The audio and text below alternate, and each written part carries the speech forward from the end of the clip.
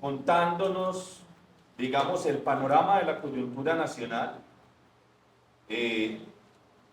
Desde lo general, digamos, cómo están las apuestas y los escenarios entre las ideas progresistas y las ideas de derecha, cómo están las discusiones en el Congreso, cómo se están moviendo las situaciones, y cómo desde ese escenario, pues, nuestros compañeros del orden nacional y desde el Comité Político Nacional del Pacto Histórico se está pensando que debemos promover, organizarnos para hacerle frente a eso, para seguir siendo gobierno, pero también para seguir promoviendo el fortalecimiento de la organización social y el fortalecimiento de lo que todos en los territorios esperamos, pensamos y hacemos.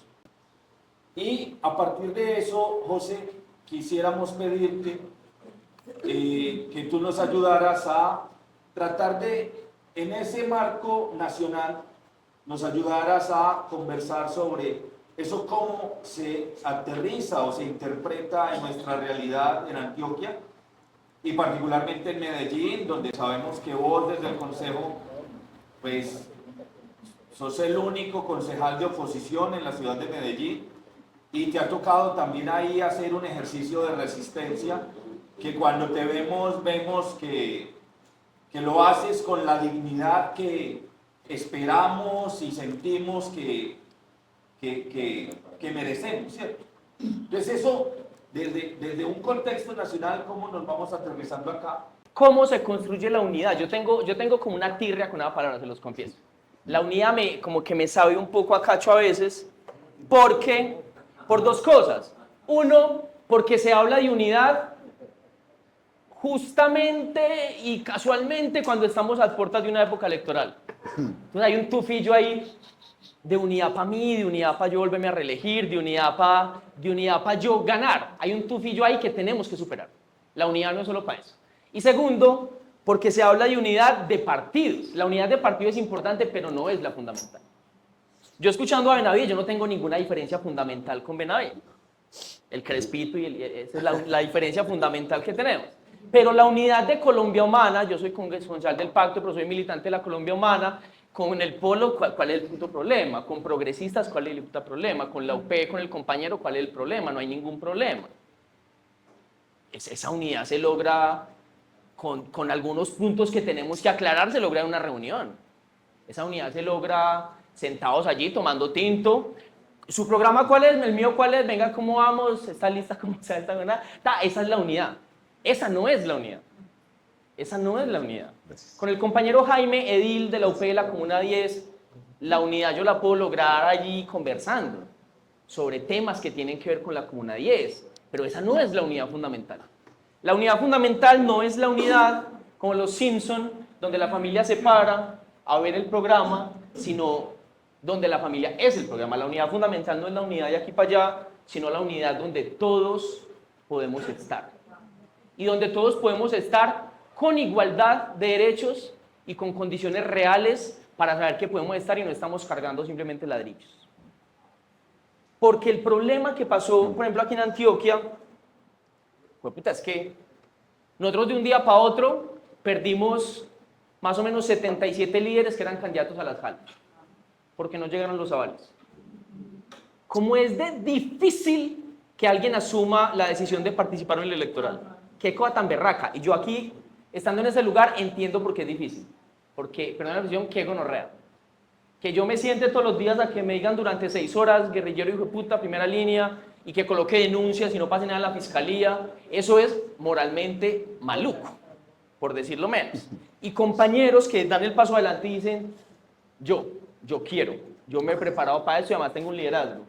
Y que el partido de gobierno no envíe los avales, qué gonorrea.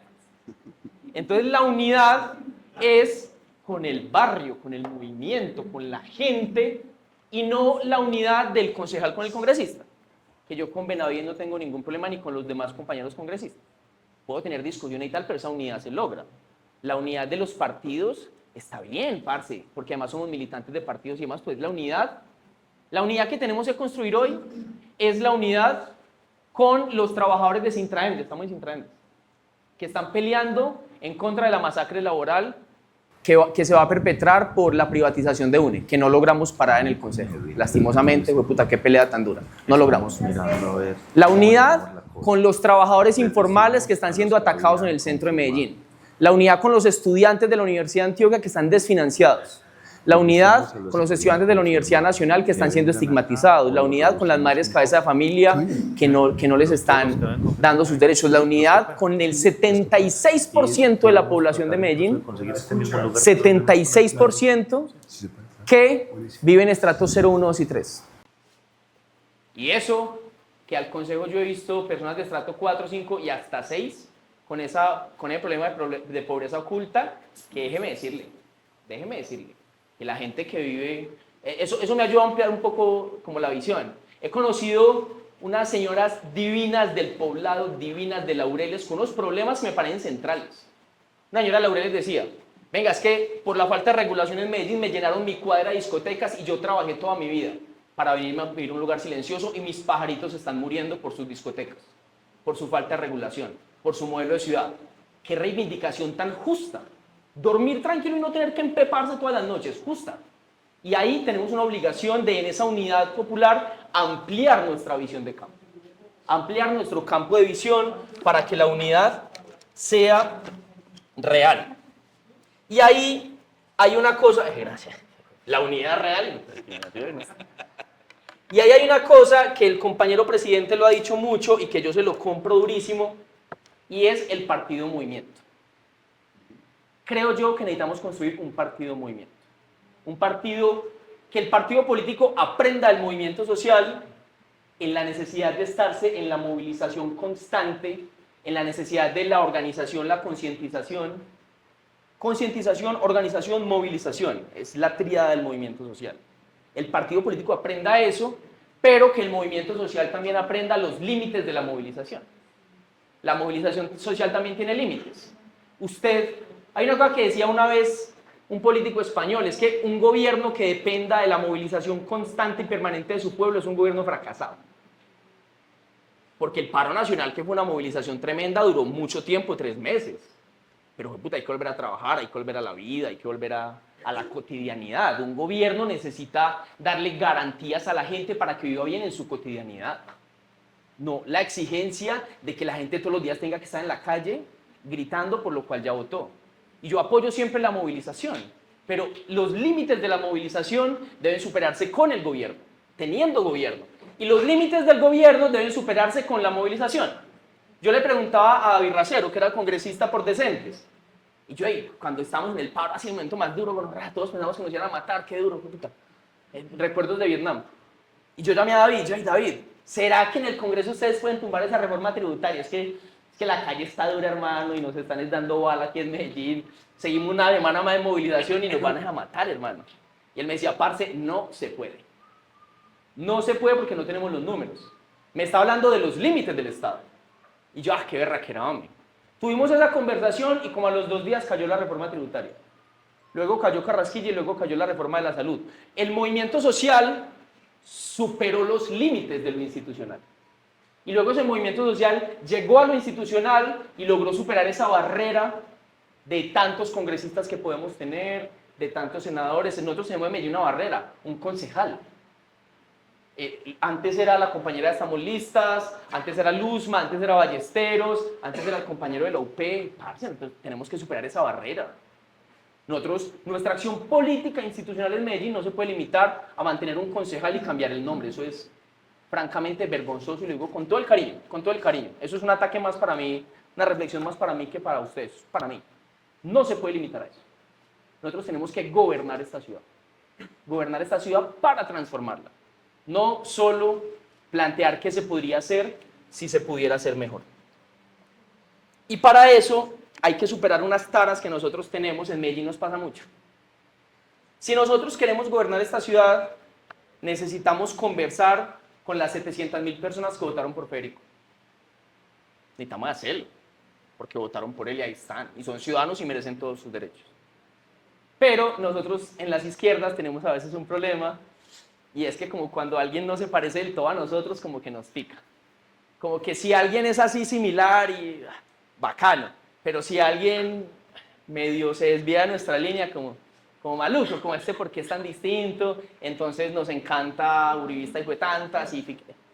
Tenemos ahí una cosa rara y como con Shalom a mí me pasa una cosa muy chistosa y es que se me acerca cualquier persona a hablar en la calle a solicitar, no un favor, a que yo cumpla mi función como concejal, eso no son favores, y me dicen como, no, es que yo soy el más petrista que Benavides, hijo de puta, que cualquiera, hijo de puta. Yo le conseguí a usted 500.000 votos, yo voté, hijo de puta, y yo pienso como, no me tienen que decir eso. ¿Por qué? Es que yo no necesito que usted sea el más petrista del mundo para que yo trabaje por usted. Me pareció mucho más sincero un señor una vez que me dijo, vea, yo soy uribista hasta el cansancio. Yo me llamo tal en Twitter y yo a usted le tiro mierda todos los días. Yo a usted no me lo puedo ver porque su presidente tan, me va a hacer un favor. Y me dijo, porque yo voté por tal concejal, pues ya no me contesta. Y usted está acá y necesito que me haga un favor. ¿Me lo va a hacer? Yo, parce, de una, ¿qué hay para hacer?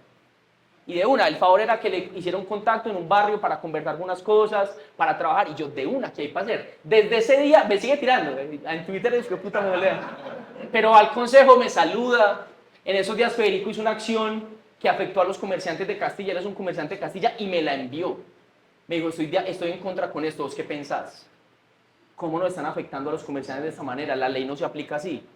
Pero esa conversación se permite porque alguien que me dijo, hijo de puta, yo no lo mandé para la mierda. Yo le dije, parceros, ¿qué hay para hacer? ¿Cómo le puedo ayudar dentro de mi función como concejal, pero también dentro de mi función humana? Si nosotros no somos capaces de superar esas taras que tenemos, no vamos para ningún Pereira aquí en Medellín. Yo en este momento estoy tratando de montar una huerta y es la mayor alegría que me causa en este momento sembrar la tierrita, me gusta mucho. Y me metí a ver videos de cómo armar huertas orgánicas, para no meterle químicos. Y la huerta decía una cosa que cuando la huerta es muy distinta arriba, decía el video que estoy siguiendo en un curso online de agroecología, cuando la huerta está distinta arriba, significa que está distinta en sus raíces. Y mostraba, tal planta absorbe nutrientes de este pedazo, tal planta de más abajo, tal planta de tal. Y ese el video no las arranque, porque la diversidad de la huerta le da fortaleza a la huerta. Y porque cuando llega una plaguita, las hormigas no me dejan crecer los repollos y las cosas. Pero me decía, si usted deja la otra plantica, la hormiguita come de muchas partes y no se le come el repollo.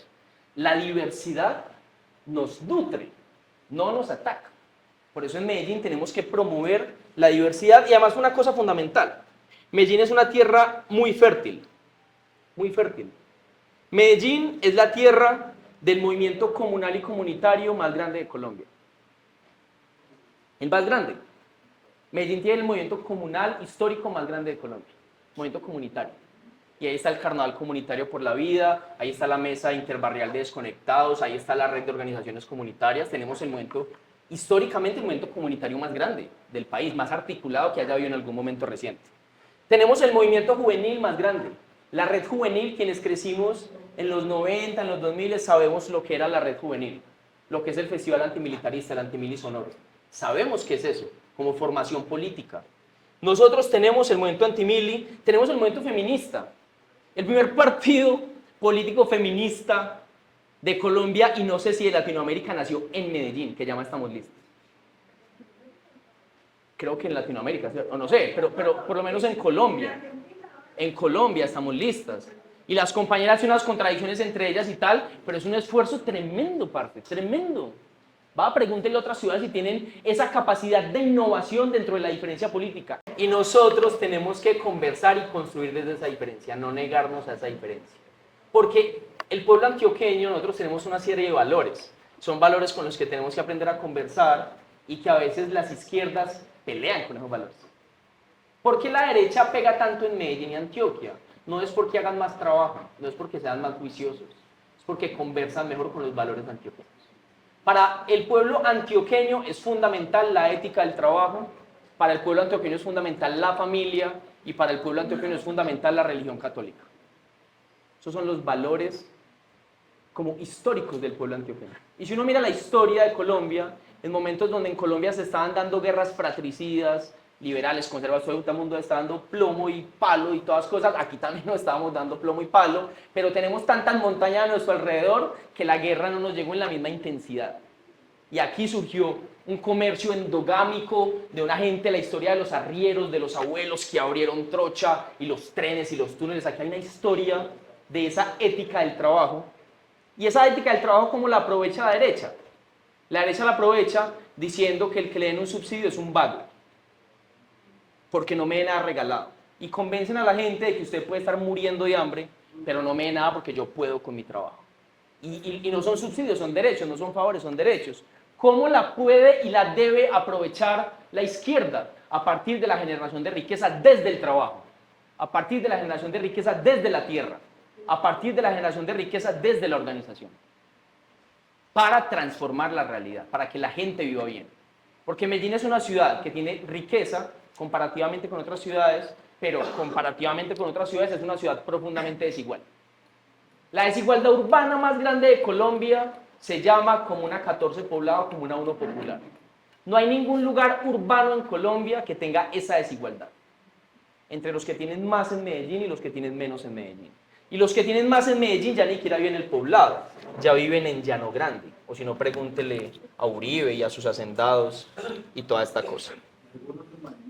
Y algunos de Marinilla. Los menos ricos. En este momento... Se fue. En este momento nos sentimos, sobre todo después del Consejo de Ministros, como anonadados. Como cuando usted se levanta y no durmió bien. Se levanta y ¿dónde estoy? ¿Qué pasó acá? O le pegan un golpe, un balonazo en la cabeza, usted cae. Uy, ¿qué pasó? ¿Dónde estoy? Y eso ese anonadamiento, no sé si esa palabra existe, hay que conversarlo y estos espacios son para conversar eso, porque no podemos fingir que nada pasó. Yo me quedé 6 horas transmitiendo en vivo esa vaina, no puedo fingir que no sucedió. Y las cosas que me gustaron de ahí sucedieron y las que no me gustaron también sucedieron. Pero tenemos que superar ese anonadamiento y eso solo se supera informando y conversando. El Colombiano, periódico más leído de Medellín y Antioquia, desde el momento de la elección de Federico Gutiérrez pasó de ser un periódico local a convertirse en un periódico nacional. Yo molesto mucho a los demás concejales. Ahí me dan el Colombiano todos los días, me lo colocan ahí. Yo leo el Colombiano, veo que hablaron de Petro, hay por ahí 7 notas de Petro todos los días, no hay una sola de Federico. 7, 8 notas tirándole mierda a Petro, todos los días. Yo leo el Colombiano, yo se lo paso al que está en sonido atrás y yo ya sé de qué me van a hablar ese día los concejales. Porque yo les digo, ustedes solo leen el Colombiano, ustedes son muy fáciles de leer, ustedes son muy fáciles de adivinar. Y exactamente de lo que dice el Colombiano me lo tiran a mí. Y el Colombiano yo sé que está mintiendo por acá y así yo preparo mis intervenciones para los debates en el Consejo. Sobre los temas generales. El Consejo tiene una parte al final donde usted habla de lo que quiera. Leyendo el Colombiano. Leo el Colombiano, esta gente me va a tirar por acá y así les respondo. Son supremamente fáciles en su pensamiento. Y el Colombiano te está bombardeando todos los días, Caracol te está bombardeando, RCN te está bombardeando, entonces vos te anonadás, vos sentís que no hay espacio, vos sentís que ¿qué está pasando? Ese sentimiento es un sentimiento profundamente de derrota y tenemos que superar. Y ese sentimiento se supera conversando. Por eso yo saludo mucho estos espacios, porque nos permiten salir del anonadamiento individual y nos permiten colocar la palabra en colectivo. No nos podemos dejar meter en las reglas del juego de la derecha, que la derecha nos quiere meter en esas reglas del juego. En la regla del juego del fango, en la regla del juego de la mentira. Yo tengo un acuerdo conmigo mismo en el consejo, y es que nunca voy a insultar ni le voy a levantar la voz a los concejales. Y eso es difícil, pero esas son las reglas del juego en las que ellos me quieren meter. Me lo decía una vez un funcionario del consejo, me lo decía pasito. Los funcionarios del consejo que me quieren dar como recomendaciones, cosas, me lo dicen pasito, porque todos son puestos políticos y saben que me están dando recomendaciones, les mochan la cabeza. Me lo decía, concejal, no se deje provocar. Le van a decir cosas, lo van a insultar, no se deje provocar porque eso es lo que quieren. Si yo le meto un puño a alguien, me sacan del consejo. Si yo le digo hijo de tantas a alguien, me sacan del consejo. Entonces, respirar. Hoy me senté a que me tiraran mierda por ahí una hora, media hora. Tranquilamente, conversando con la gente. No nos podemos dejar meter en el campo de juego de ellos, pero no solo eso, sino que los tenemos que meter en nuestro campo de juego. ¿Cuál es nuestro campo de juego? Insisto, la organización, la concientización y la movilización. Un día había una movilización estudiantil o social, ni me acuerdo bien qué era, y los concejales del Centro Democrático en filita llegaban y me cogían por allá. Aquí no venga, aquí no. Así los más fachos, los que me insultan, aquí no venga. Mañana vengo a trabajar. Yo como así, huevón, si tenemos que trabajar, tenemos sesión. No, es que hay una marcha esa de ustedes. Se va a poner muy caliente, nos van a dejar trabajar. Y yo, pues yo creo que sí, yo voy a ir mañana, todo bien. Pero venga, no se van a tomar esto por la fuerza. Yo, como no, es una marcha que termina ya en las luces, ¿qué te pasa? Ah, es que de pronto para ver si no vengo. Físico, miedo. Y no me tienen miedo a mí, yo soy un huevón entre 21 huevones. Le tienen miedo a la movilización, porque saben que la movilización los aprieta. Los aprieta no insultándolos, que también.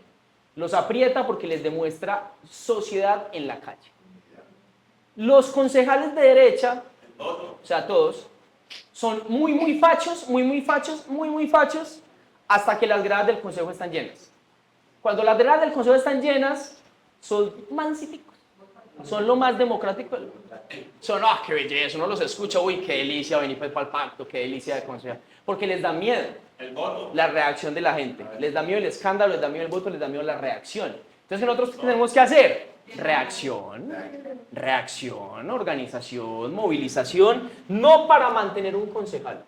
Ese no es el objetivo. El objetivo es ganar, el objetivo es gobernar en Medellín. Y no gobernar para gobernar y ya, el objetivo es gobernar para transformar esta realidad. ¿Y por qué? Porque la derecha avanza sin miedo y sin pena. Presentaron un proyecto de acuerdo, es un paréntesis de un minuto, que se llama Historia Patria, lo está analizando el compañero Simón acá. Les digo qué dice ese proyecto, que tienen que romper el mito indígena y el mito negro, de que España conquistó América y hubo un genocidio, eso es un mito. Porque la muerte de los indígenas fue por enfermedades, no por ellos que nos traen la civilización.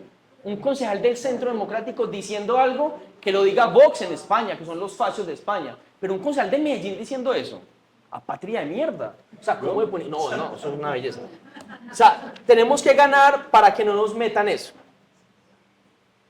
En un análisis de actual, voy a hacer esto muy rápido. En Medellín hay dos grandes fuerzas de derecha. Está el Centro Democrático y está Creemos. Las dos grandes fuerzas de derecha de Medellín. Esas fuerzas de derecha se unieron en las pasadas elecciones en contra de un enemigo común, Daniel Quintero y Gustavo Petro. Para las elecciones de Congreso van a ir separados y para las próximas elecciones de alcaldía van a ir separados. El Centro Democrático no ha querido, según entiendo, unirse con Creemos porque Uribe no quiere entregar su capital político a Federico. Se están disputando quiénes son las nuevas derechas y esa disputa nos coloca a nosotros en un escenario de posibilidad para hablar con la gente. Y nuestra obligación no es solo decirnos de izquierda, cualquiera puede ir de izquierda, sino presentar un análisis desde la izquierda de la realidad y con ese análisis ganar las elecciones para transformarla. ¿Por qué? La derecha no se parece a Medellín. La derecha quiere parecerse, pero no se parece. ¿Por qué? Medellín es una ciudad comparativamente más rica que otras ciudades de Colombia, pero es una ciudad profundamente desigual. Medellín es una ciudad que defiende lo público, hay como un sentido común del querer lo público, el querer APM, el querer todo esto, pero tenemos una derecha privatizadora. Tenemos una derecha antiderechos. Marica, yo tuve un debate en el consejo donde decían que la agenda trans era para que los niños de 1 año se operaran el clítoris, una cosa aberrante. Una derecha antiderechos, pero tenemos una sociedad supremamente diversa.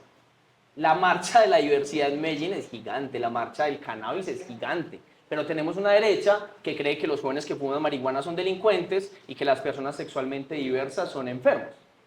O sea, tenemos una derecha que no se parece a Medellín y nosotros tenemos que, desde interpretar mejor la realidad de Medellín, gobernar esta ciudad para transformarla. No necesitamos que todos piensen como nosotros, tenemos que superar esa tara de la izquierda, pero necesitamos que todos quieran solucionar el hambre, que todos quieran solucionar la desigualdad y la falta de justicia que existe en Medellín. Sobre ese punto nos podemos poner de acuerdo con conservadores, con liberales, con gente derecha, con gente que no piense necesariamente, que no venga de nuestras escuelas políticas, pero podemos conversar con ellos. Para que no nos sigan convenciendo de que el mundo que ellos defienden es el mundo real. Que nos quieren convencer de que Elon Musk es el nuevo hombre, de que el que es pobre porque quiere. O sea, nos quieren convencer de una cantidad de cosas que son falsas. No podemos juntarnos únicamente en serio para las elecciones. Tenemos que juntarnos para cambiar la realidad desde todos los lugares donde haya que transformarla. Desde el barrio, desde la movilización, desde las universidades y también desde los partidos políticos y desde las elecciones como un día de organización y como un día de movilización. Y si nos juntamos desde todos esos escenarios, así se construye un partido movimiento. Un partido que no solo está cuando hay elecciones y un partido que no solo se organiza alrededor de lo electoral, sino un partido donde todos los liderazgos importan porque todas las acciones son importantes. Yo más que considerarme un concejal, por ejemplo, yo me considero un militante político que hoy es concejal y que en 3 años no va a ser concejal. Y ya, ese es mi papel en la militancia política. Hoy ser la mejor representación posible para que en 3 años no sea un concejal, sino que podamos gobernar esta ciudad. Y gobernar no es que no sea alcalde, gobernar es transformar esta ciudad, cualquiera de ustedes. Preparémonos, necesitamos gente que quiera dar el paso adelante y diga yo. Necesitamos lograr eso en serio. No podemos seguir construyendo elementos unipersonales. Y ese pacto histórico como partido movimiento tiene la obligación de bailar con muchos y muchas para lograr superar esas mayorías históricas que nos han gobernado. Pero bailar, como dice Parra, un compañero del equipo, del polo, Parra dice, bailemos con la derecha, pero nosotros ponemos la música. Ellos bailan al ritmo que nosotros pongamos, en el lenguaje que nosotros pongamos, desde la perspectiva que nosotros pongamos. El presidente Petro colocó a la derecha a hablar de transición energética. La derecha rancia a este país que no le importa un carajo nada, que el mundo puede caer y no le importa, hablando de transición energética. El presidente Petro colocó a la derecha a hablar de agroindustria. Cuando la derecha, reventó este país para acabar con todo, no le importa, punta de guerra. El presidente Petro colocó a hablar a este país de reformas tributarias progresistas, cuando aquí las reformas tributarias se hacen para pasar por encima de la gente y que no pase absolutamente nada. El presidente Petro colocó a la derecha a bailar con la música del presidente Petro. Nosotros tenemos que colocar a la derecha en Medellín y Antioquia a bailar con nuestra música. Y termino con esta reflexión. Por aquí me están regañando mucho. Termino con una reflexión que me decía una compañera del partido Morena en México, en una entrevista que le hice. Yo le preguntaba a la compañera del partido Morena, una mujer inteligentísima, qué mujer tan brillante, una mujer jovencita, muy inteligente. Yo le decía, parce, yo quiero entender ustedes cómo hicieron. Ustedes vienen de un presidente AMLO que llegó a la presidencia después de 3 intentos, ese era creo que su tercer intento, y lograron no solo mantener la presidencia con la presidenta Sheinbaum, sino mejorar la capacidad electoral, tener las gobernaciones y tener mayoría en el Congreso. ¡Qué delicia! ¡Qué cosa tan rica! Me sorbo así, como hace mi mamá, me hace así, me sorbo. Uno va adquiriendo cierta madurez cuando copia las formas de sus padres. Y me decía, hicimos 3 cosas. Hicimos 3 cosas. Sencillas. 3 cosas. La primera, mejoramos la vida de la gente. Si un gobierno del cambio no mejora la vida material de la gente, ese gobierno no sirvió. Porque la gente no come propuestas. La gente come realidades. Yo le digo a la gente, cuando usted lo estén bombardeando en los medios de comunicación, cada mal, abra la nevera o vaya a la plaza, mire si la comida es más barata o más cara. Pregúntese si su vida mejoró. Y el gobierno se tiene que hacer esa pregunta, si la vida de la gente mejora. Si la vida de la gente de los barrios populares en Medellín mejora. Si la vida de los habitantes de los barrios populares en Medellín no mejora, el gobierno no sirvió. Así no le eche más carreta, hermano. Si la vida de la gente empobrecida de Colombia no mejora, el gobierno no sirvió y no nos podemos echar cuentos. Entonces, un gobierno para mantenerse, me decía ella, tiene que mejorar la vida de los más empobrecidos de Colombia. Y esa es la pregunta que nos tenemos que hacer, la pregunta que nos tenemos que hacer con toda claridad para ver en qué hemos avanzado. Hay elementos que han avanzado, o sea, la baja de la inflación producto del aumento de la productividad en los alimentos y que los alimentos bajen de precio, es un avance real, es un avance que puede mostrar. Es un avance que mejora la vida real de la gente. Las comunidades energéticas, un avance real. Pero hay otros elementos. La canasta de huevos que ya. En esos días fui al de uno. Y había unas cosas que decía, bajó de precio. Yo nunca había visto eso en el de uno. Yo iba mercando, ¿cómo que bajó de precio? ¿Cómo que las cosas están bajando de precio? Y me decía alguien, no, en las plazas están bajando más. Y yo, ay, qué berraquera. Era innovador para mí que bajaran de precio las cosas. Eso es un gobierno del cambio. Pero hay otros elementos en los que tenemos que mejorar para mejorar la vida de la gente. Primer elemento, mejorar la vida de la gente. Segundo elemento, informar todos los días rompiendo el cerco mediático. AMLO lo hace. AMLO lo hacía a las mañaneras, 3 horas todos los días, informando. Los periodistas de frente informando qué estaba pasando para romper las mentiras del cerco mediático. Informar, informar, informar. El presidente Petro tiene esa intencionalidad con los consejos de ministros transmitidos.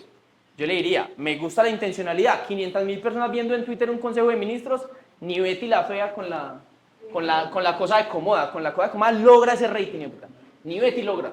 Pero no nos metamos allá sin preparar esa vaina. O sea, informemos preparando las cosas. Hay unas cascaritas que, como, ay, mira, me pongo esa cáscara, ay, caí en la cáscara. O sea, hay cascaritas que nosotros mismos nos ponemos. Tenemos que ser más inteligentes para informar. Lo digo como crítica amorosa al compañero presidente.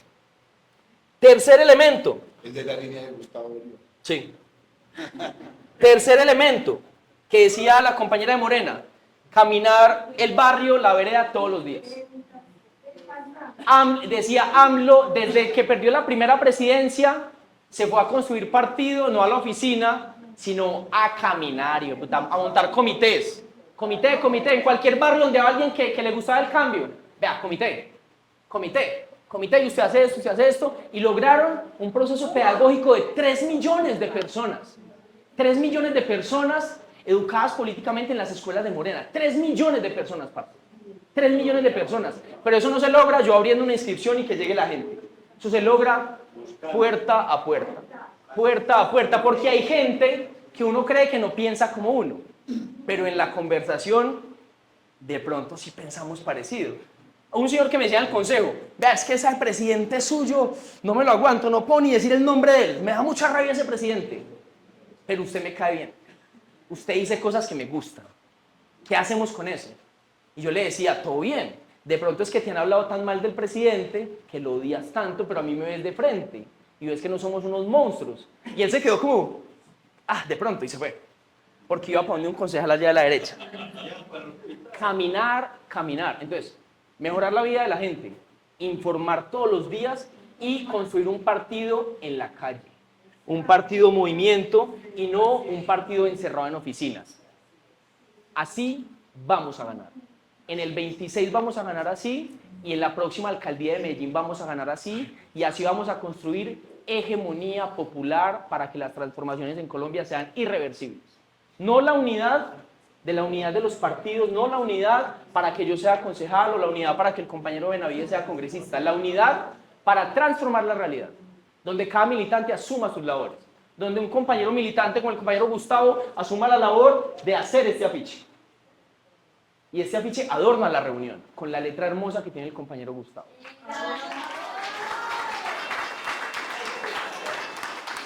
Y otros compañeros asumen otras tareas. Y todos vamos asumiendo, y quienes estamos en cargos determinados asumimos nuestra tarea.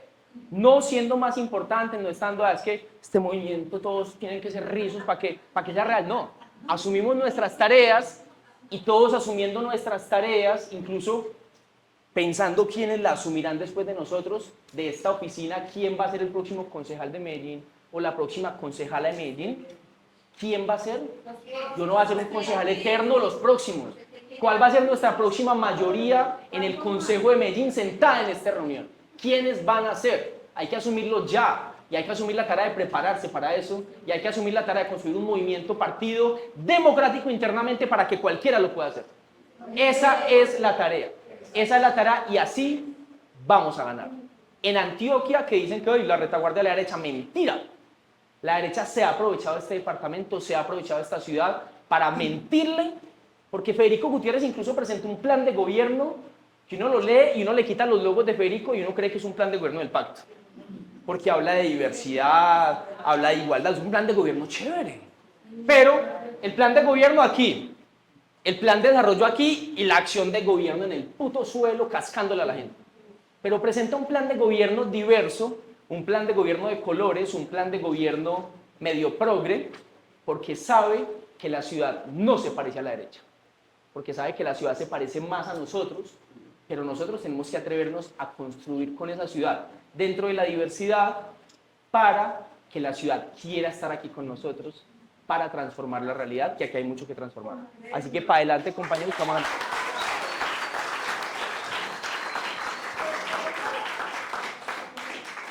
Yo voy a intentar, ojalá lo podamos conversar, se me pueden ir algunas cosas siguiendo la pregunta, pero yo quiero marcar como dos cosas inicialmente, miren, como el contexto, yo como denomino lo que estaba, o nosotros como denominamos lo que está ocurriendo en Colombia. Utilizamos una expresión de un marxista, de un filósofo marxista, de Zizek. Él tiene una noción que es la noción de acontecimiento. Un acontecimiento se constituye cuando una serie de factores sociales permiten producir un efecto estructural en una sociedad. Y nosotros nos acercamos a hacer una lectura de lo que ha ocurrido en Colombia utilizando esa concepción. Nosotros estamos viviendo un acontecimiento que de alguna forma se inició en el proceso de movilización de la década pasada. Para ser breve, la década pasada inició con una movilización en el 2011, una movilización estudiantil y juvenil poderosa, inicialmente orientada y organizada por un proceso estudiantil denominado La Mane, pero que logró extenderse a distintos escenarios, a distintos espacios, sobre todo urbanos, juveniles del país, que provocó una transformación de repertorios en la lucha social en Colombia. Después, a partir de ahí hubo varios episodios de lucha y movilización. El 2013, el paro agrario, la dinámica de movilización por la paz a través de una serie de paros cívicos en Quibdó, en Buenaventura, una agitación alrededor de lo que implicaba justamente la provocación social de la necesidad de generar escenarios de negociación política negociada, y finalmente la irrupción de una movilización que algunos le llaman estallido, un paro de paros y un proceso, digamos, de agitación nacional entre el 2019, entre el 2019 y el 2021. Esa agitación, esa forma de sintetizar luchas sociales que se generaron entre el 2011 y el 2021 generó la base del acontecimiento, porque nos permitió socialmente dos cosas: interrumpir un periodo de larga duración, de larga duración. La historia nuestra de la larga duración está marcada por la violencia y por la violencia política. Quiero darle esa denotación, porque usualmente hablamos de la violencia en términos genéricos. Nuestra historia en el siglo XIX, durante la década de los 20, en la década de los 30, pero de una forma mucho más sistemática y continua desde el 44, con un momento tremendo y terrorífico en el 48, y de allí en adelante, no quiero dar una cátedra de historia, pero de allí en adelante ha estado ceñida por la violencia política. Estas movilizaciones que se generaron en la última década lograron de una u otra manera irrumpir en ese escenario de la larga duración, interrumpir la violencia política. Provocaron, entre otras, una serie de elementos que también yo creo que son muy importantes. Por ejemplo, una división alrededor de lo que implicaba para la élite colombiana asumir esa situación episódicamente, y el gobierno de Santos, de una u otra forma, logra entre el 2012 y 2016 poner una situación distinta, y la insurgencia misma logra también constituir una narrativa más consistente alrededor de lo que implicaba una negociación política de la violencia, del conflicto armado y por lo tanto la posibilidad de interrumpir la violencia política. Eso hace parte de este acontecimiento y nos pone en una situación distinta porque el Estado, se logra, digamos, entender al Estado como el principal propulsor de esa violencia política y que era necesaria una reestructuración, una redefinición de la arquitectura del Estado que había sido diseñada justamente para reproducir esa violencia política. Por otro lado, estas movilizaciones también permiten poner un basta ya, una suerte de voz social poderosa del basta ya del modelo económico del periodo que estamos viviendo. Y cuando llamo periodo me refiero a lo que ocurre desde 1992 hacia acá, que es la irrupción también del modelo neoliberal. Estas movilizaciones desde el 2011 al 2021 expresan con contundencia, expresan con contundencia el basta ya, el estamos mamados, como se expresó una y otra vez en las primeras líneas, en las dinámicas de movilización del modelo neoliberal. Pienso que ahí se constituyó una matriz lo suficientemente poderosa que nos permitía abordar una perspectiva de transformación distinta y que nos permitió también tener la iniciativa política para lograr el triunfo electoral de Gustavo Petro y Francia Márquez. Y con ello también espero como poner en situación esto, porque usualmente nosotros podríamos entender la historia como episodios, y un episodio sería un evento electoral. Poco lo que nos permite la noción de acontecimiento es entenderlo en la larga duración y en la mediana duración, y qué interrumpe y qué fuerza social y política irrumpe en ella. Y lo que hace el pacto histórico, al lograr una suerte de síntesis política que permite el triunfo de Gustavo Petro y Francia Márquez, es justamente afirmar políticamente en la coyuntura, en la corta duración, ese acontecimiento. Este acontecimiento interrumpe nuestra historia de larga duración, el modelo neoliberal, cuestiona el modelo neoliberal y sitúa la iniciativa política en la izquierda y el progresismo en términos coyunturales. Por eso creo que comprenderla así nos permite también tener una posibilidad de los alcances de lo que estamos viviendo. Y hay una noción muy importante en la noción de acontecimiento que es esta también. Los acontecimientos son irreversibles. Esa es la fuerza social, política, económica, territorial de los acontecimientos. Nuestra sociedad ya no volverá a ser la misma. Y eso también nos permite tener una perspectiva en términos de geometría histórica en espiral, que pues para quienes asumimos el marxismo como una forma de comprender, como un método de comprender los procesos sociales, las luchas sociales, es muy importante porque nos permite justamente desbordar las lecturas institucionales y desbordar las lecturas funcionalistas que usualmente tienden a hacernos pensar en círculo, como si las cosas simplemente siempre fueran a ser de la misma manera y solo con algunos detalles distintos. Nosotros, esta sociedad colombiana, logró en esta década, a través de sus luchas, a través de su proceso de movilización, irrumpir esa forma, ese esquema de pensamiento y ponernos o situarnos en una nueva forma de comprender que ya dependerá justamente de nosotros y de nosotras cómo lo asumimos.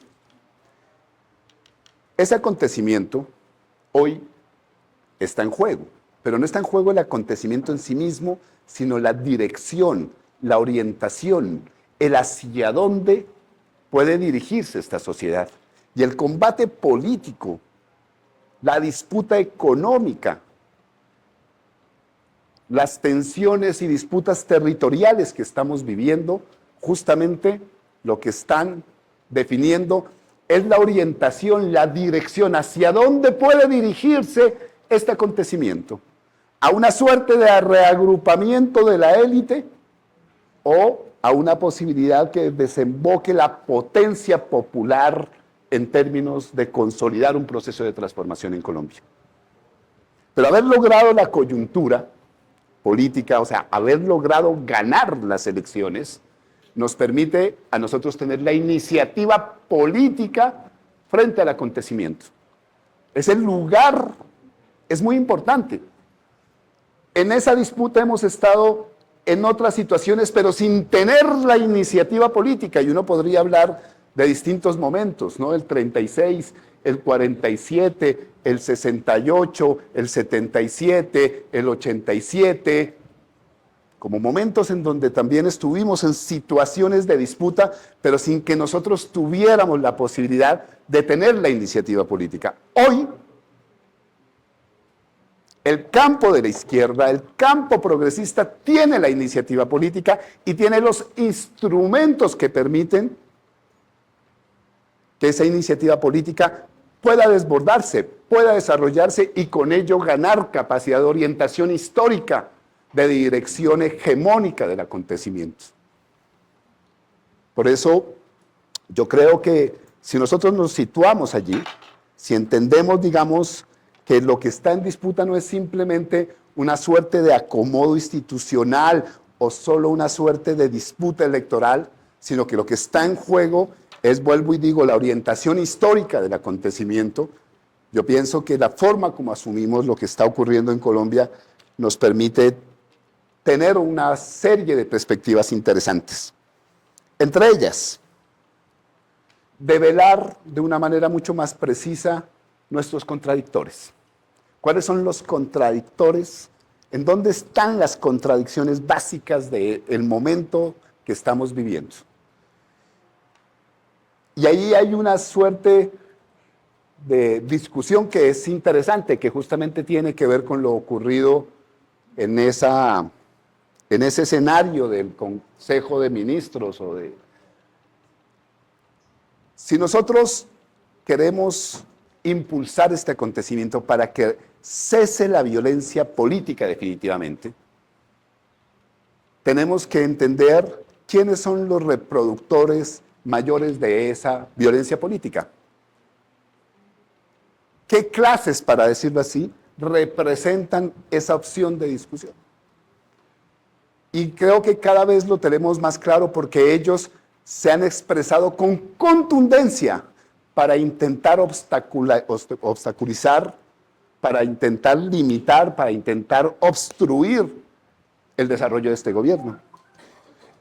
Y quizás en donde más están concentrados es en el rentismo. El rentismo económico se convirtió en Colombia en la consolidación del eje hegemónico de las élites. Allí se dan la mano las oligarquías históricas de este país, junto con una suerte de burguesías comerciales burocráticas muy particulares que nosotros hemos engendrado en la historia de este país, junto con un sector terrateniente hacendado que tiene en el despojo y la violencia su principal instrumento de reproducción. Esa triada, para ponerla así, es la que ha reproducido una y otra vez la extracción de renta, no solo de la tierra en términos clásicos, sino también, por ejemplo, de lo que implica el desarrollo de la infraestructura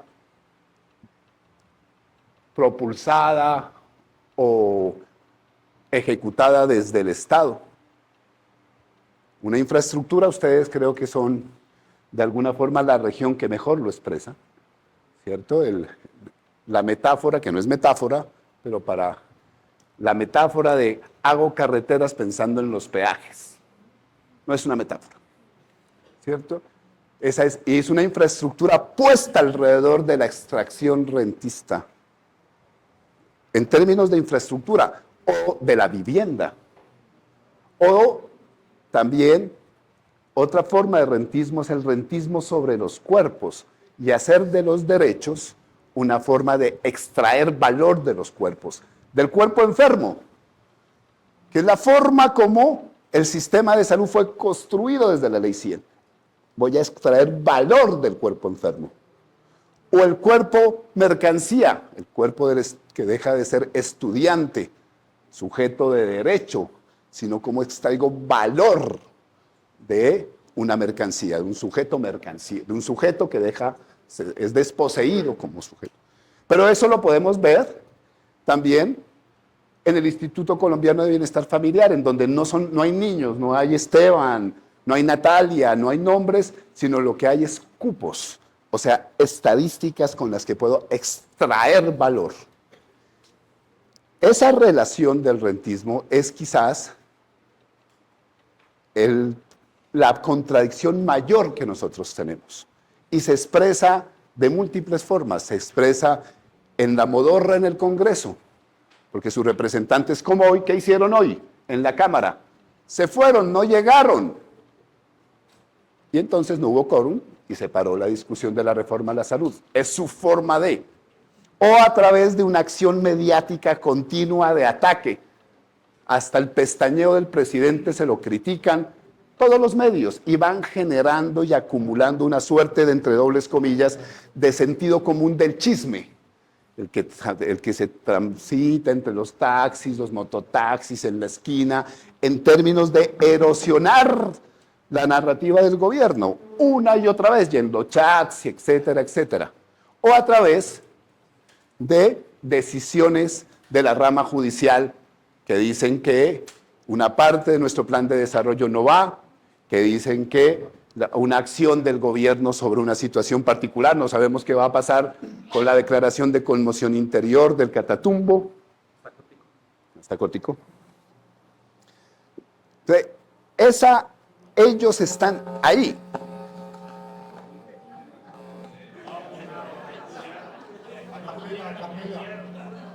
Sabotaje, compañero, sabotaje. Y entender esa contradicción es muy importante, porque eso significa situarnos también en el debate político de coyuntura.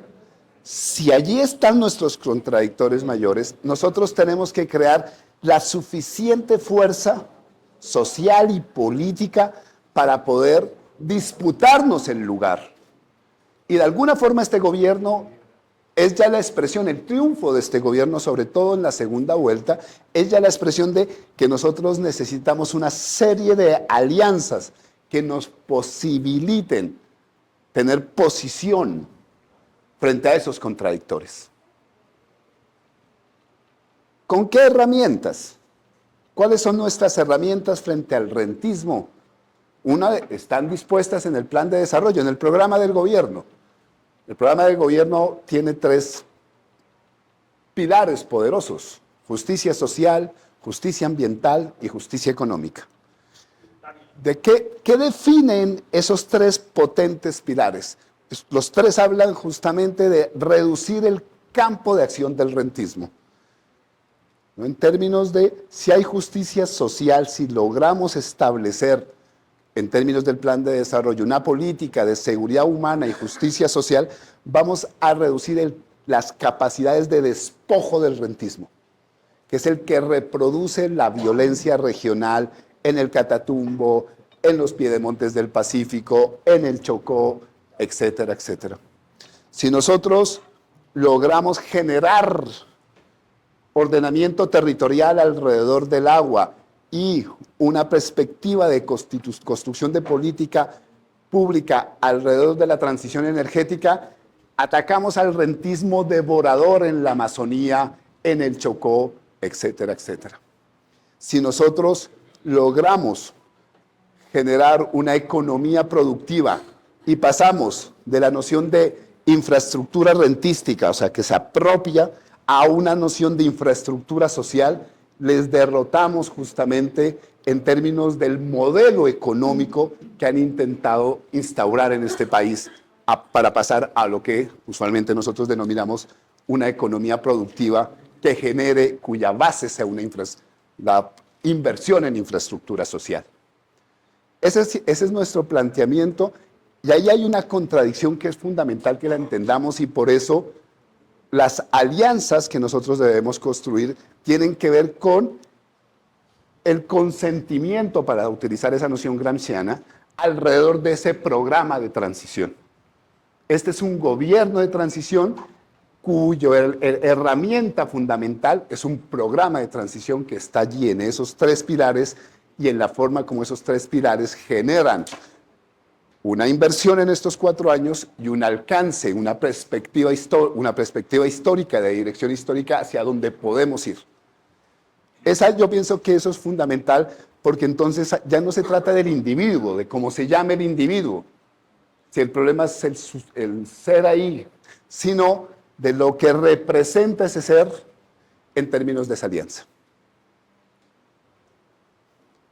Y la forma política de esa alianza se llama acuerdo nacional, más bien, la expresión política de esa alianza se llama acuerdo nacional, y la forma política de esa alianza se llama frente.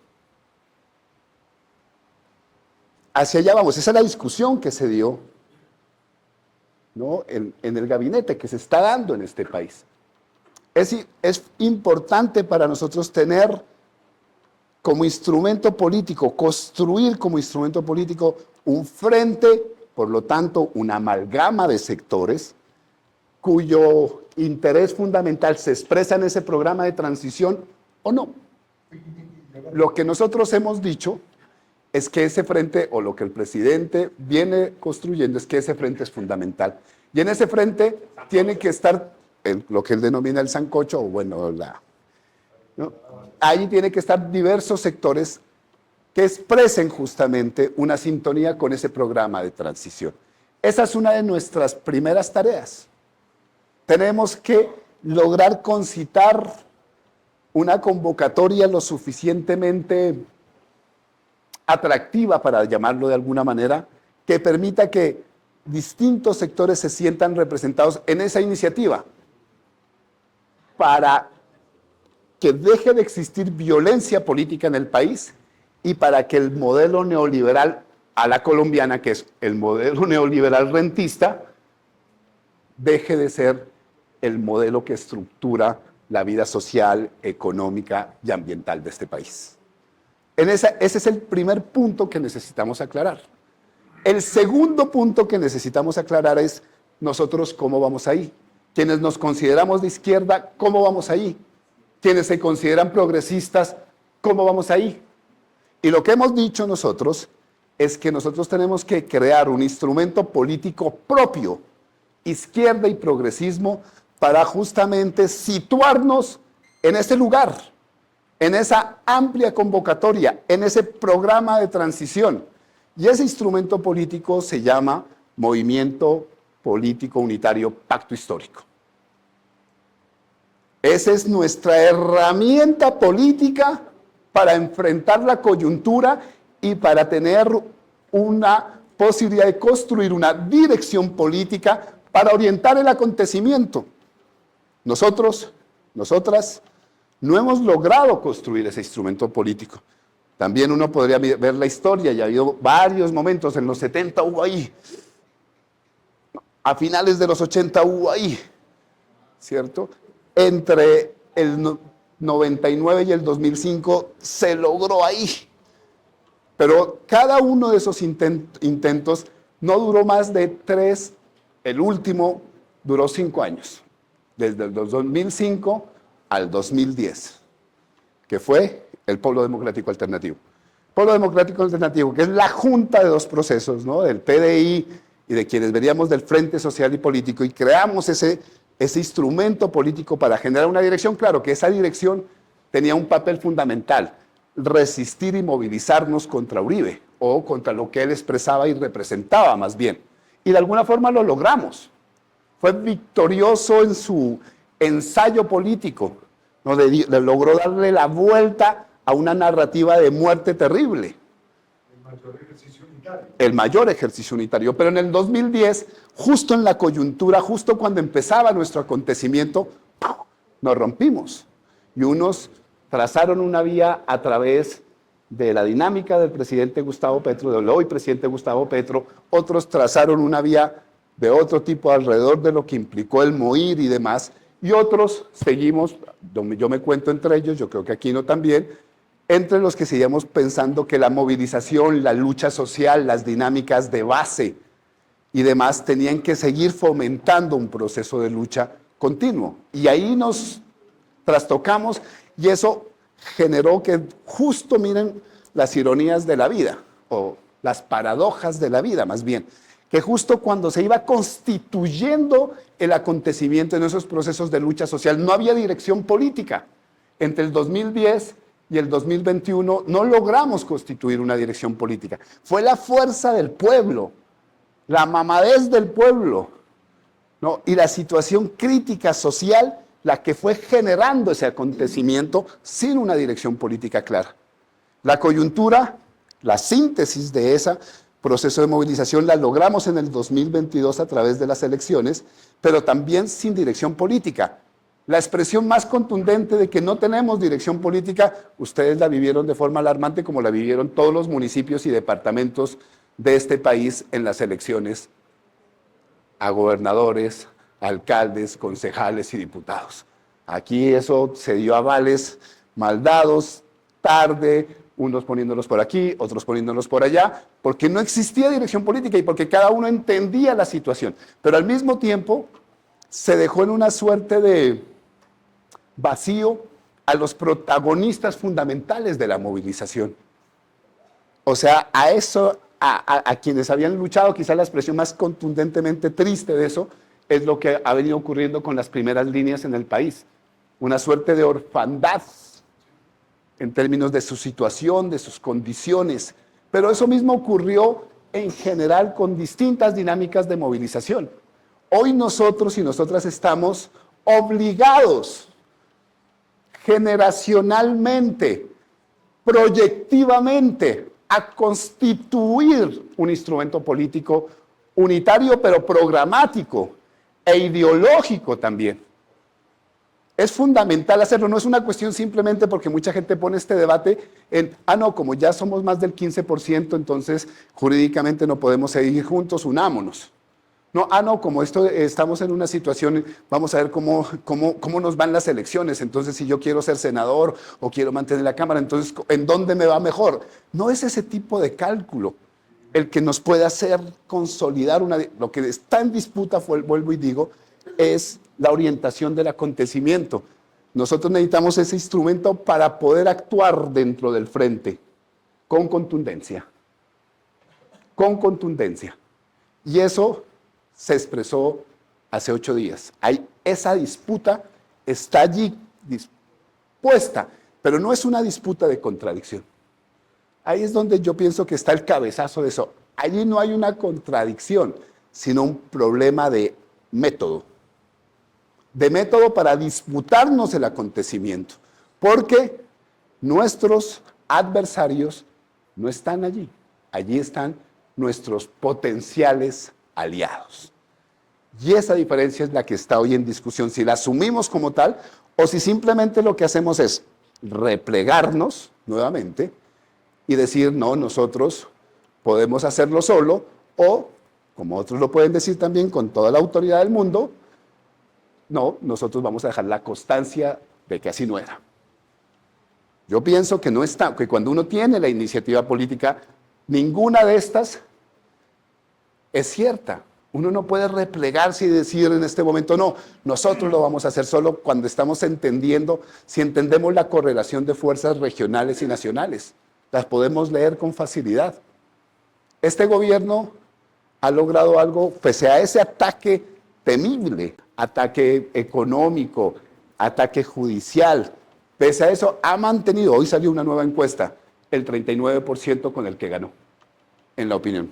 Nuevamente, ahí estamos. Nosotros ganamos con el 39% de la opinión la presidencia y mantenemos el 39%.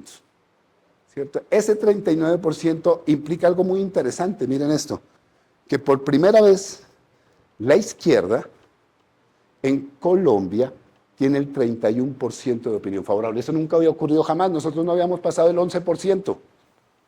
Esa izquierda que dice, yo soy de izquierda o tiendo a, o me considero en las distintas acepciones, el 17% lo hace diciendo porque soy petrista, porque estoy con el presidente. Y el otro 14% lo hace en términos de porque yo me considero. O sea, tiene una noción militante, para decirlo en esos términos. Y eso implica un grado de, pues de que hay que asumirlo, de que nosotros simplemente no podemos decir, ah, no, a mí no me interesa y entonces yo vuelvo aquí a mi convito, a mi lugarcito, a mi reafirmación. No, nosotros si tienes la iniciativa política, tienes la responsabilidad de conducir ese espacio. Y esa es la situación en la que nosotros hoy nos encontramos.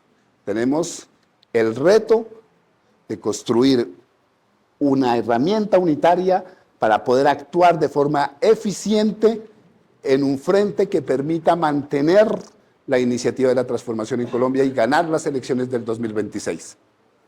Por otro lado, nosotros tenemos que seguir con un ejercicio en este gobierno doble. Ir transformando la arquitectura del Estado. Ese Estado rentista y señorial que recoge esos tres poderes que les decía al principio, que se reproduce a través de lógicas mafiosas, a ese Estado nosotros en vía democrático representativa además, nosotros no ganamos esto por una insurrección, esto no es un golpe de mano leninista, ni un proceso de foco guevarista, nada de eso. Esto fue un proceso justamente de síntesis de una movilización que se expresa en una lógica de representación política, así lo ganamos, y con ese esfuerzo tenemos que transformar o ir transformando más bien la arquitectura del Estado. Las iniciativas nuestras para eso han sido diversas. Primero la reforma tributaria, después la reforma pensional, después lo que se está haciendo, los esfuerzos que se está haciendo en este momento por la reforma a la salud, los esfuerzos que se están haciendo por la reforma laboral. ¿Qué implican esas 4 reformas? Una noción de trabajo, de devolverle la dignidad y la justicia a los trabajadores y trabajadoras de Colombia. La reforma tributaria expresa algo que es simple, pero contundente.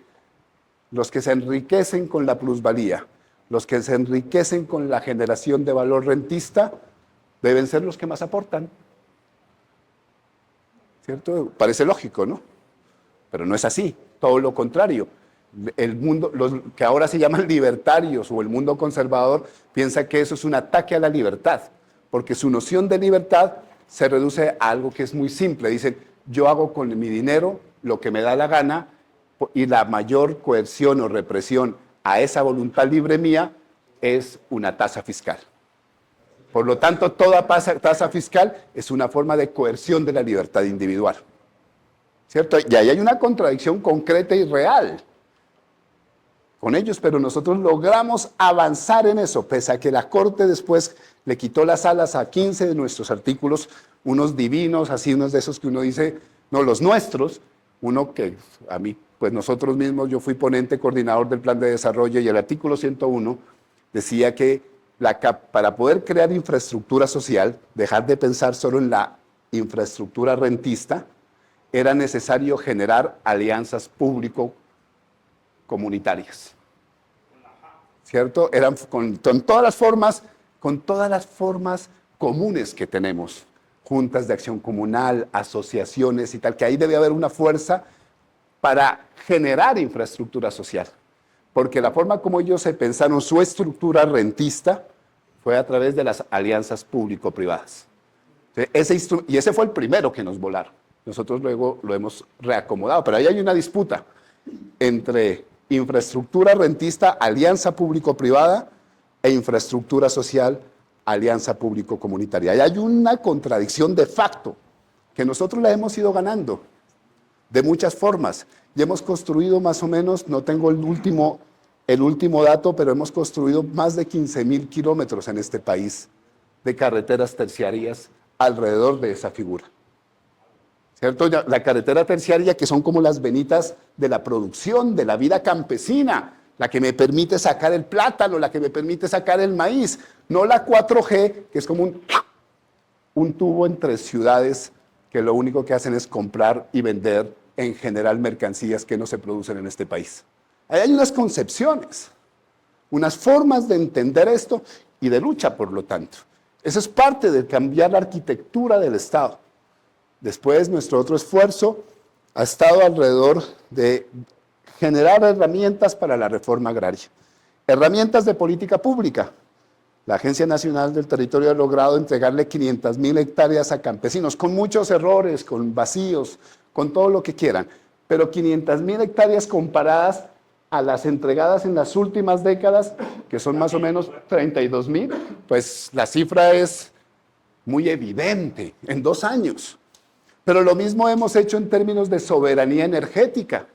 Nosotros tenemos un gran lío porque la renta es cada vez que nosotros prendemos un bombillo, nos sacan plata de nuestro trabajo, o sea, generan plusvalía, porque ¿con qué pagamos eso? Pues con nuestro salario, o sea, con nuestro trabajo, es plusvalía, es marxismo puro y duro, pero en un acto distinto al acto mecánico del trabajador en la fábrica, sino del bombillo que prendo y apago, ¿cierto? Rentismo otra vez para generar riqueza. Eso está dentro de nuestro plan de desarrollo y en eso hemos ido transformando poco a poco condiciones puntuales, a eso le llamamos comunidades energéticas, a eso le llamamos posibilidades eólicas, a eso le llamamos posibilidades solares, filos de agua, etcétera, etcétera. Ahí hay un cambio muy importante también en activar eso.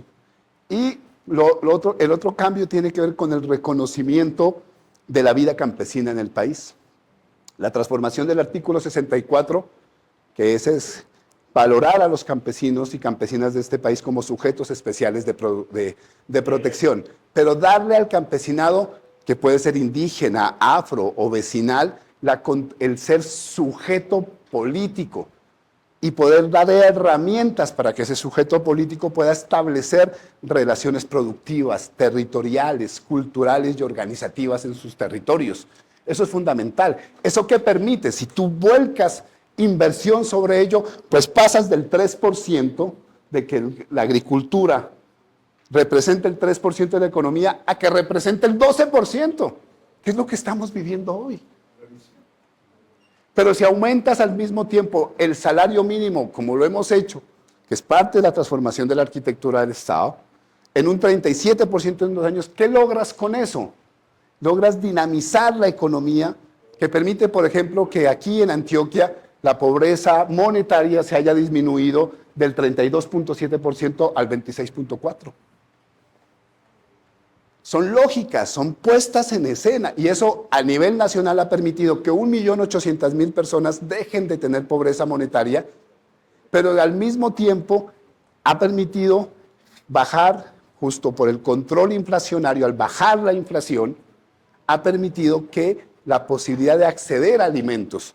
¿Y qué significa acceder a alimentos en este país? En términos de dato puntual, al menos el que teníamos hasta el año pasado, es más grande hoy. 1.300.000 personas en Colombia han dejado de tener pobreza extrema.